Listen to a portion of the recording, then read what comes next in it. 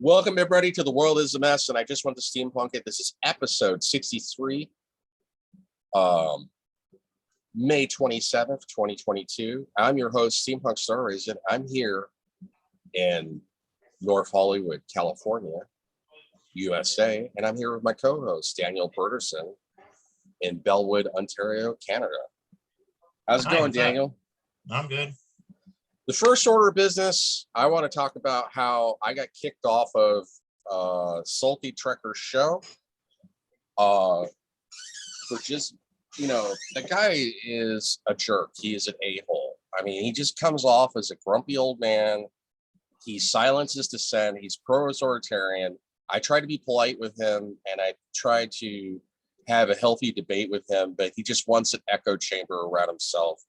And he's sitting there saying that I'm wrong about everything about Gene Roddenberry and that I need to come back when I have my facts straight. But he doesn't have his facts straight. For one, he claimed that there was no racism or no misogyny involved with the creation of the original Star Trek. Gene Roddenberry had widely talked about this. And this was the early 60s because it was filmed in 1964.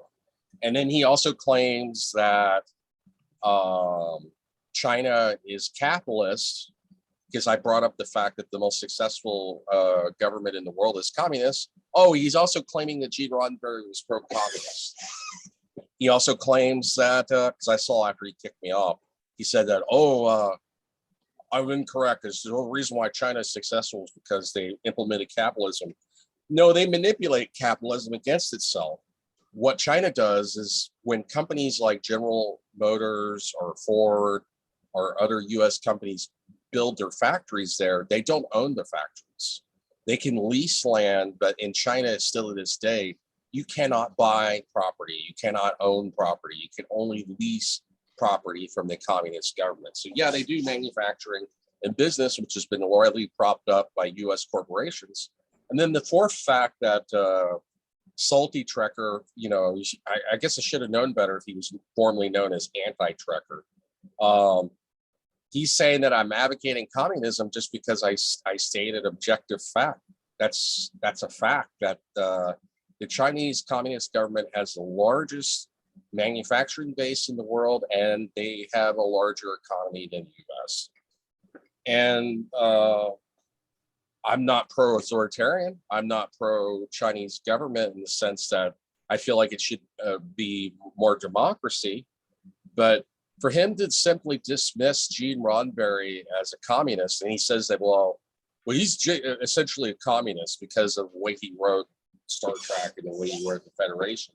But then he contradicts himself by saying that Gene Roddenberry didn't have any influence or any control of the show. Now, it is true in the original series, Gene Roddenberry had to make a lot of compromises.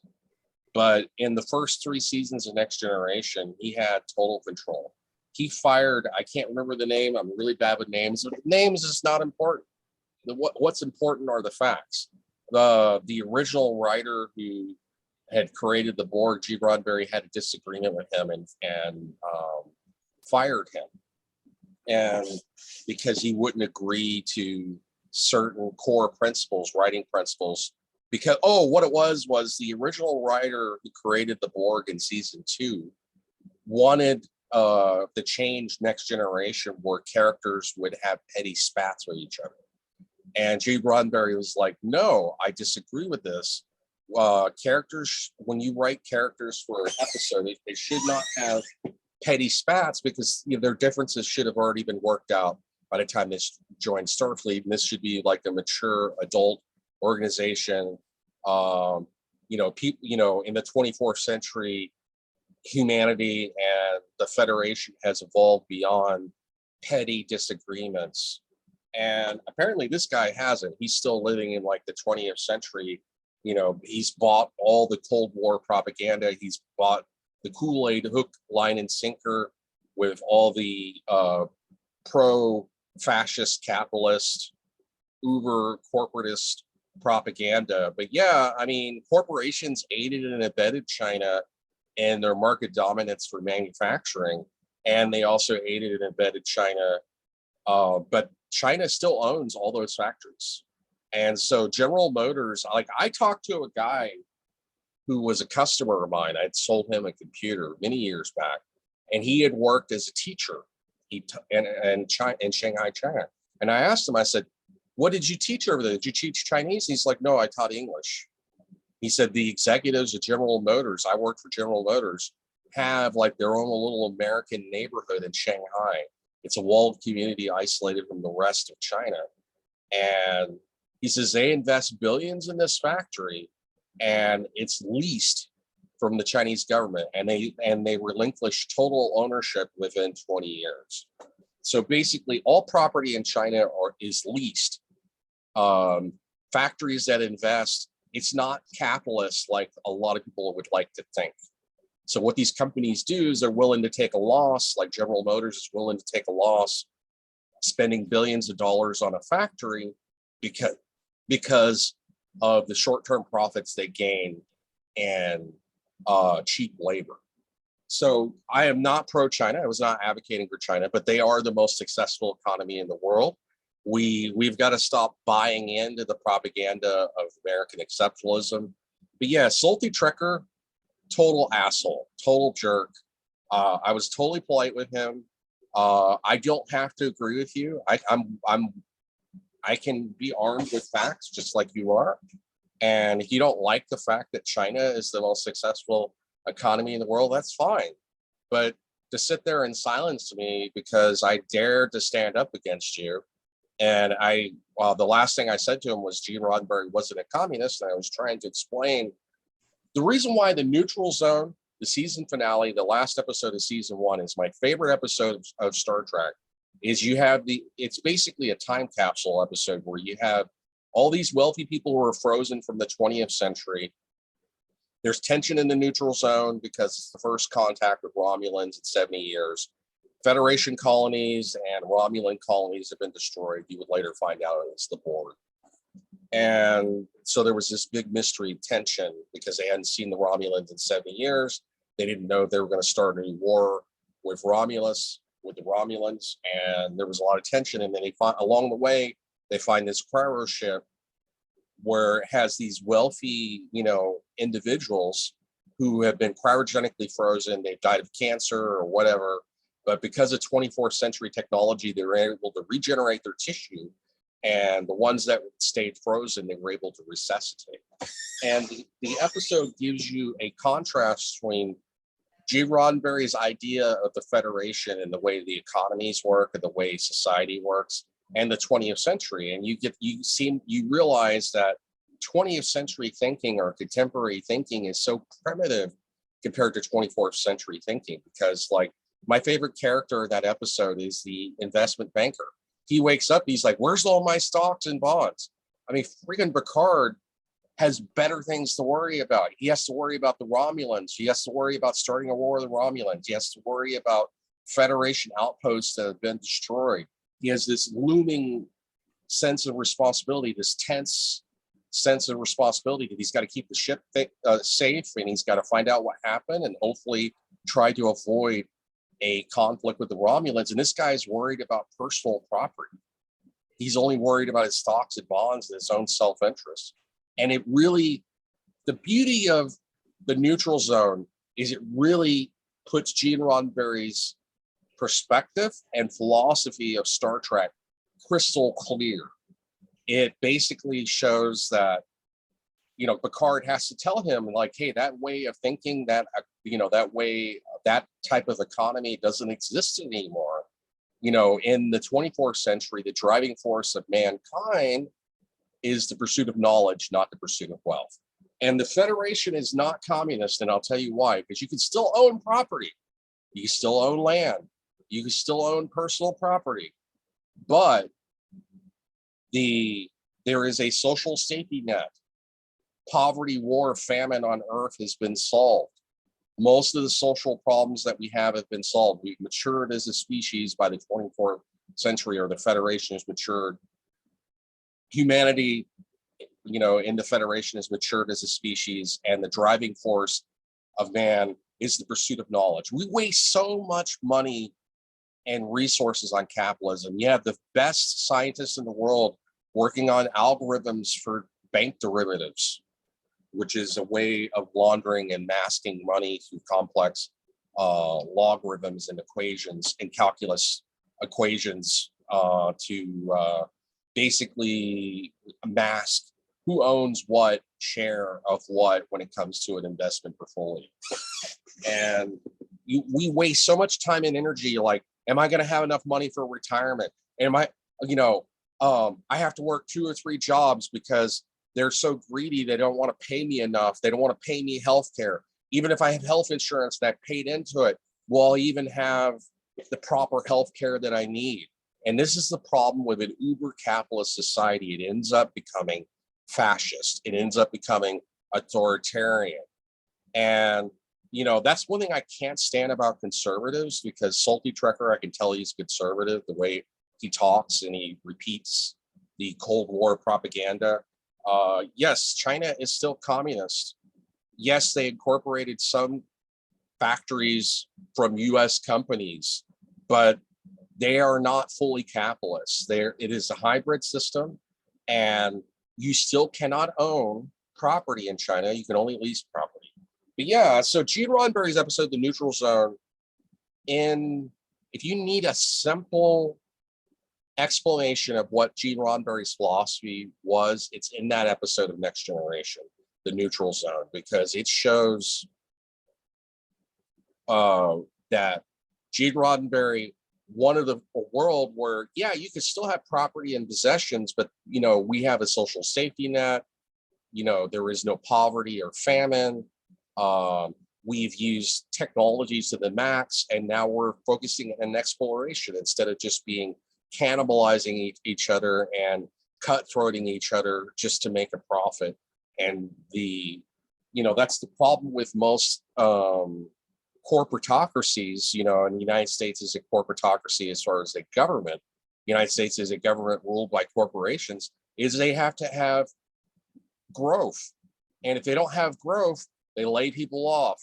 Or they, if you look at the baby formula shortage in the United States, that's caused by the fact that there's only 2 companies that make baby formula. And one of the companies, I can't think of the name right now.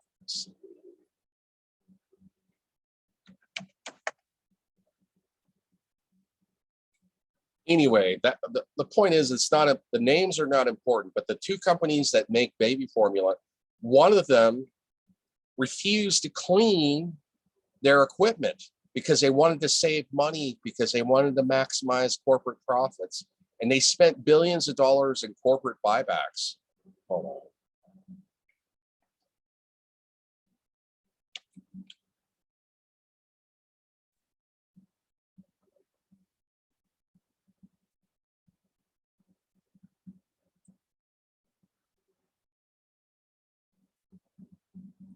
And basically, they had to recall all the baby formula food. See, I'm looking at the Wikipedia page right now.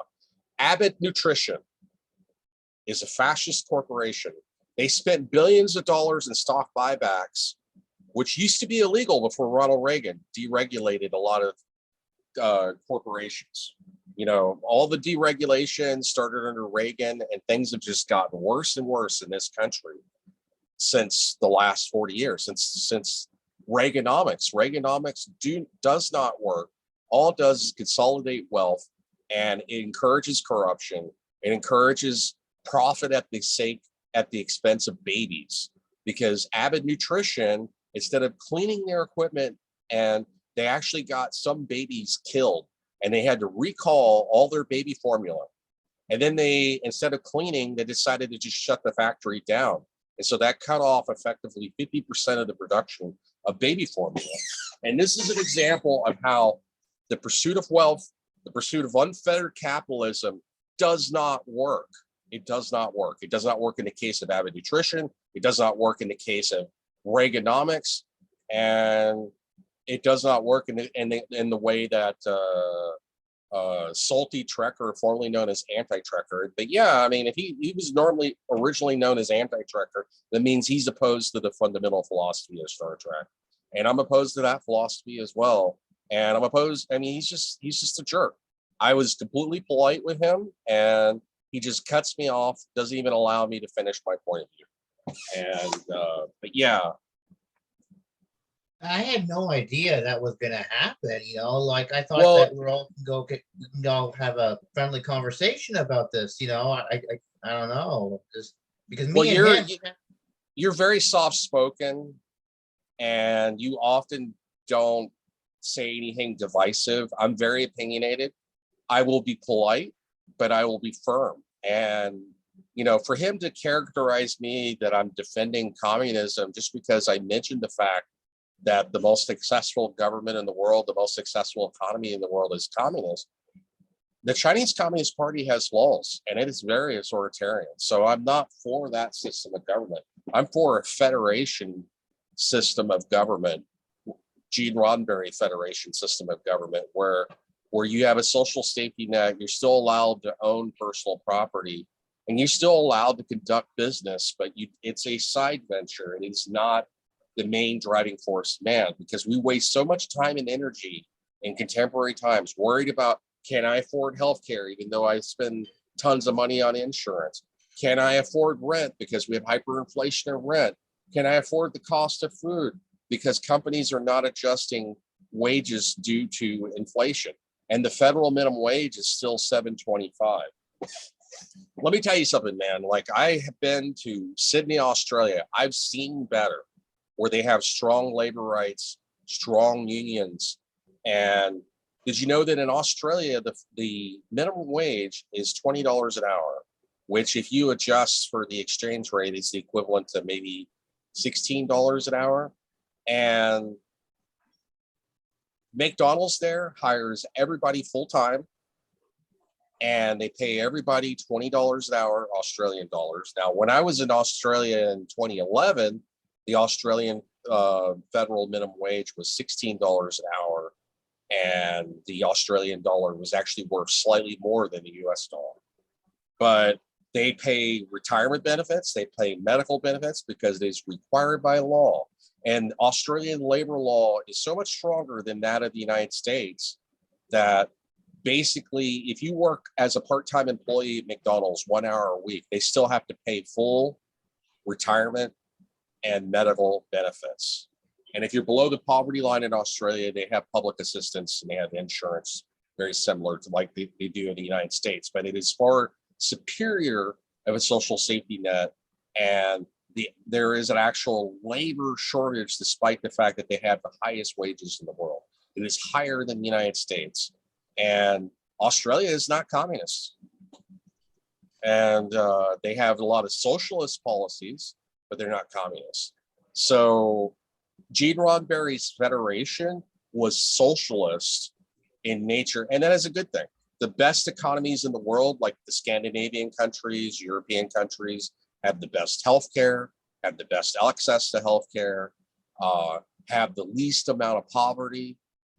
I mean, it's just basically, yeah. I don't like people like Salty Trekker who choose to exist in an echo chamber with a bunch of right-wing hacks. You had that one guy with a hat said Texas is fuck. I mean, I'm not opposed. My grandfather was a redneck, but I just got a very hostile feel in the atmosphere of that podcast. And I tried to be polite. I tried to be firm with my opinion. And he's talking over me and dismissing everything that I'm saying. I stopped talking when he asked me to stop talking. And then when I was trying to debate with him whether Gene Roddenberry was a communist, he totally cuts me off and doesn't even allow me to finish what I was saying. And so, yeah, somebody who silences dissent, I could understand if I was like being threatening or using a lot of profanity. I was not. I didn't use any profanity. I was very polite. And he's just an asshole. And but yeah, I will never go on that show again.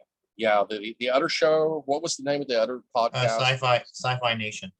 Sci-Fi Nation. Yeah, I had no problem with that guy because that guy treated me with respect, even though we disagreed. We had a healthy disagreement on woke culture.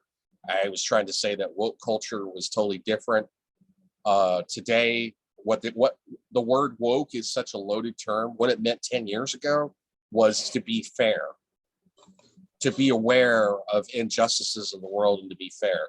But conservatives have taken the word woke and they've twisted it to be politically correct. And so, yeah, what woke means today is different. And they disagreed with me, and I respected that. We had a healthy two-way discussion, but you're not going to have any discussion that is healthy or productive if you just cut people off and ban people or kick people from your podcast because you simply don't like what I have to say, and you simply don't like facts. I mean, the Chinese Communist government has a bigger economy than the United States. They manufacture everything that we consume, including car parts. Now, a lot of the car parts are assembled here, but the actual core components of computers and cars, it's all manufactured in China. 99% of US products has some elements that are manufactured in China. And it is still authoritarian, single party communist government where you cannot own property. That is a capitalist myth that they are fully capitalist. They're a hybrid system, and you're not even allowed to run a business in most Chinese provinces. It's only in some of the eastern provinces like Shanghai where you're allowed to run businesses and manufacturing.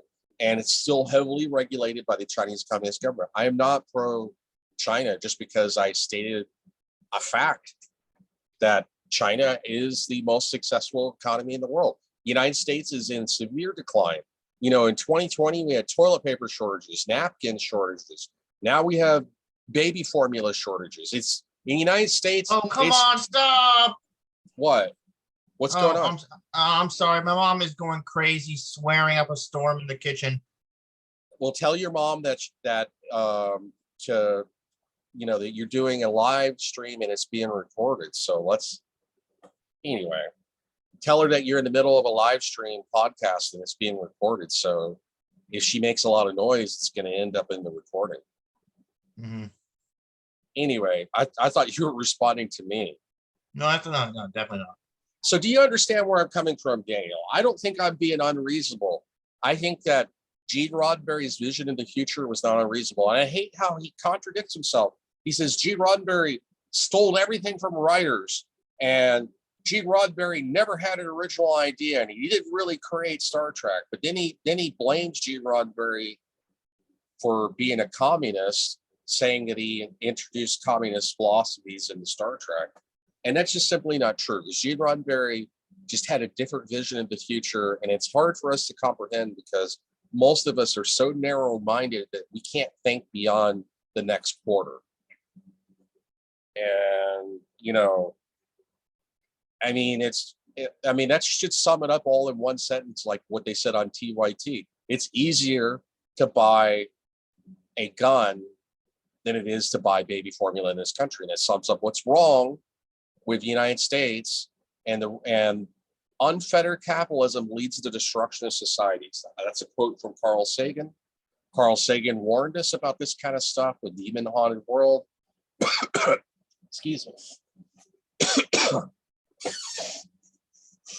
But yeah, so that's my rant on Salty Dog. I don't care if he doesn't have me back. He's very disrespectful, very much an asshole. I was respectful of him, but he wouldn't even allow me to finish my counterpoint because he just wants an echo chamber. He wants a bunch of like minds that think just like him. And that's how ironic. That's very Borg-like of him. He wants his own hive mind collective. You should be never afraid to have a debate. You should never be afraid to have a healthy dissent in your discussion. Like you disagree with me sometimes on Star Trek stuff, and I talk to you about why I disagree with you, and I totally respect you. Do you not agree? I agree. But he did not respect me. I mean, I understand that I'm a guest on his show and you forwarded him, but he did not respect me, and he wouldn't even allow me to finish my conclusions. And he's trying to paint me as somehow this bad person who belongs to a cult or something. He's the one that belongs to a cult. because he's brought into Cold War propaganda. You know, for what, I'll sum it up like this. One, he's sitting there saying that sexism and misogyny and racism had no play in the original creation of Star Trek. That's not true. Gene Roddenberry did not have full control of the original Star Trek, and I agree with him with that. But then Gene Roddenberry did have full editorial control in the first 3 seasons of Next Generation until he died, and he had full control of Star Trek motion picture. And I want to say this: everybody likes to slam. Well, you know, the motion picture really sucks, and it bombed at the box office, and you know, Wrath of Khan was the best Star Trek, and it was, it was the most successful. Did you know Wrath of Khan made less money than Star Trek the motion picture? Mm-hmm. Hold on a second. Let me go to Box Office Mojo. I'm going to. What did you say? Can you say it again? Wrath of Khan made less money than Star Trek the motion picture. Yeah.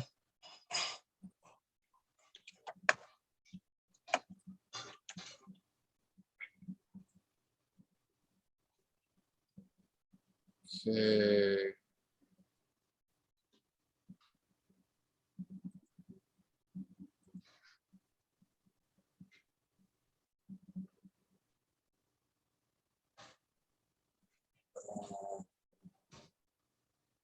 I'm going to share a screen here. You see that? You know how they were saying, you know, I always arm myself with facts. You know, they were trying to say that it was a bomb. Yeah. Do you see where it says budget 35 million and it grossed 82 million? Now, the reason why Gene Roddenberry. Oh, no. Can you see the screen share? Yeah, I can see it. Okay. Highlighted here, 35 million is production budget. It made 82 million. Mm-hmm. Okay, let me go to, actually, let me just share on the same screen. Star Trek 2.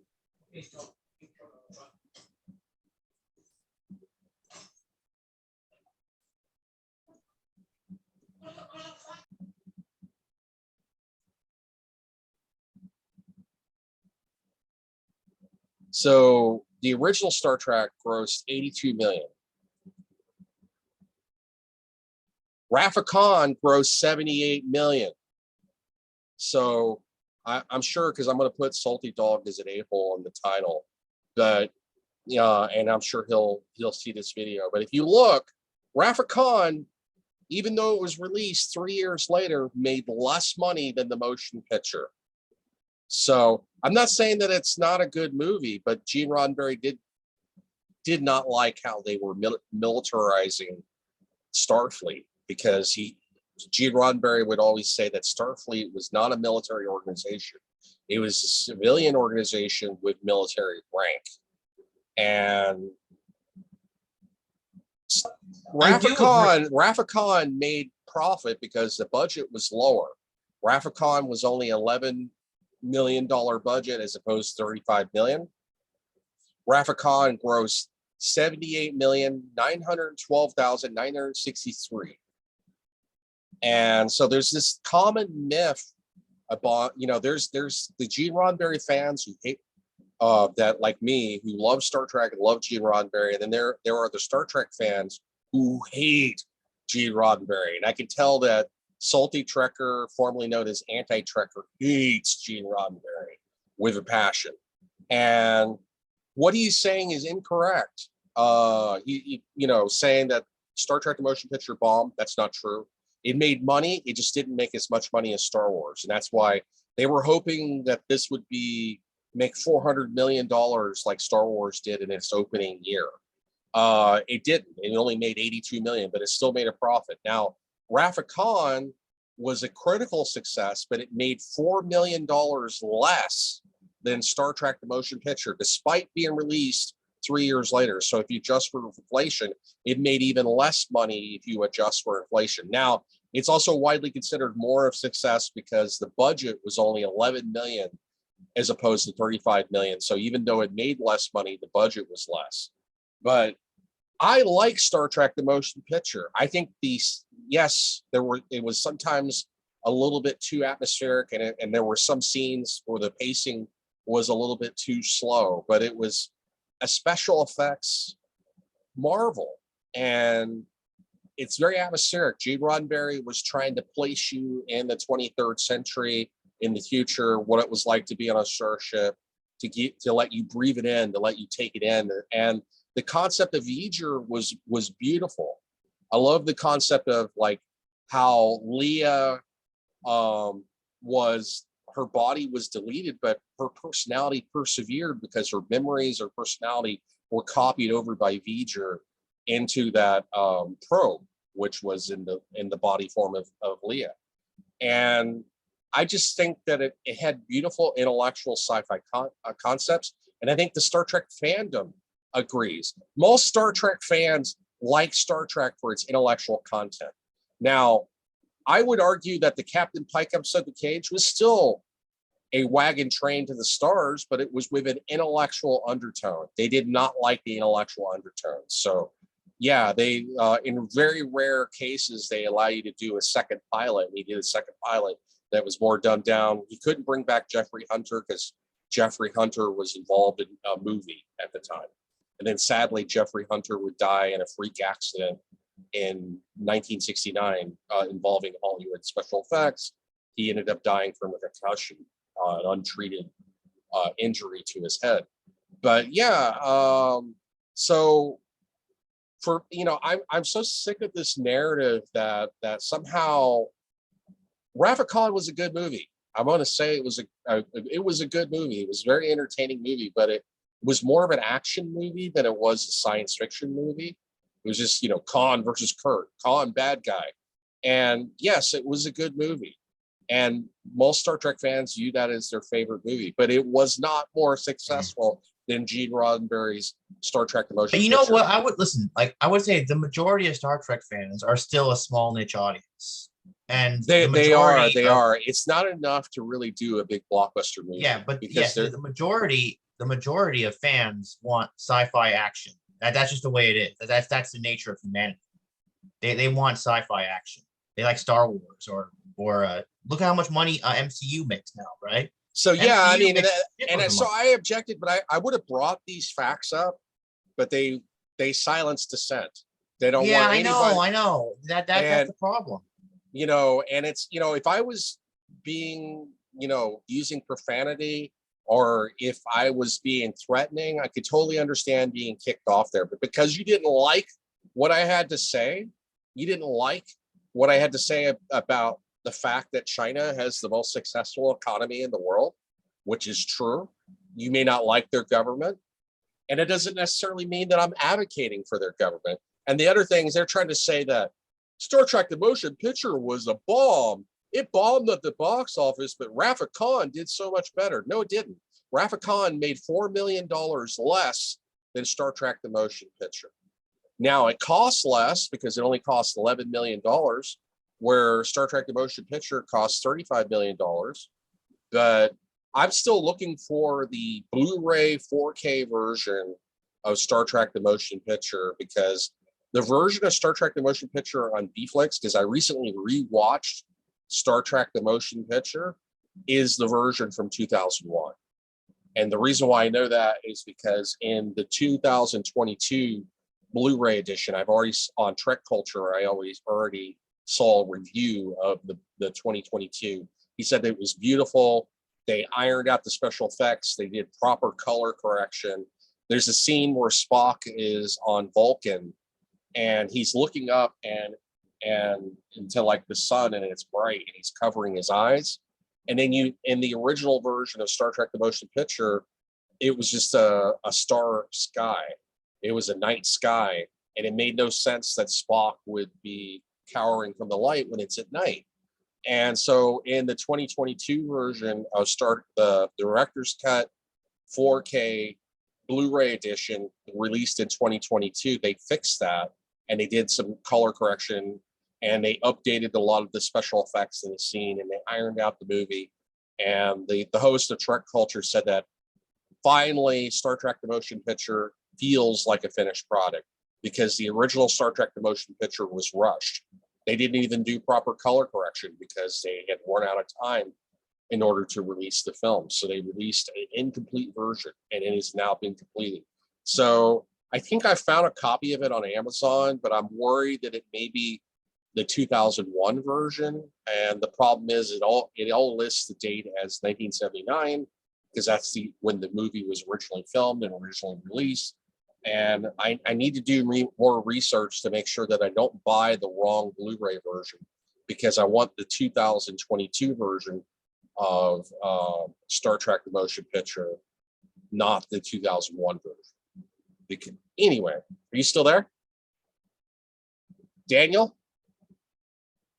Hello, Daniel. I'm sorry. I am so sorry. If you got to go, you need to let me know ahead of time. Background. What's going on? What's going on? My mom is going crazy in the background. Well, did you tell her that you're doing a live podcast with Chris? I did. She doesn't give a shit. She has a motor on her mouth and blah, blah, blah, blah, blah. What's wrong? What's going on? What do you need to go? Oh, she's having one of her crises and she doesn't know when to stop. So well, just tell your mom that we're doing a podcast, and then she doesn't care. I will come up there and visit one day, and then I'll help you guys out. I'll help you out. You know, I'll be your wingman. That'd be nice. But yeah. So. But anyway, yeah, we should wrap this up because I think. But you know what? I do agree. I've got on. We're already at 40 minutes. Oh. Go ahead. Okay. Anyways, okay. First of all, did you hear? Okay. First of all, I want to say I do agree when people say that like whenever you take Star Trek out of the hands of Gene Roddenberry, it's just way better. And it's true. It's just way better, way more entertaining. I disagree. I mean, look what Nicholas Meyer did. Nicholas Meyer did the best Trek. Well, he did action movie. I actually, my favorite Star Trek movie, because you got to keep in mind that he was talking about like, what's your favorite Star Trek movie? Only the first 6. Like I couldn't even mention Next Generation. My favorite Star Trek movie is actually First Contact. You know, I would say my favorite Star Trek movie is First Contact.